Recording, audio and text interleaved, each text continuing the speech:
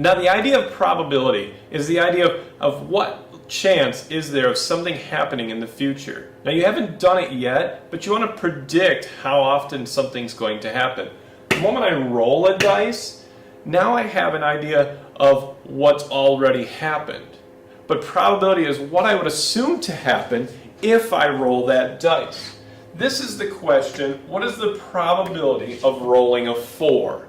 So, we always think about how many total ways there are to roll a dice, and then how many work. And that's the ratio that we would have as a probability.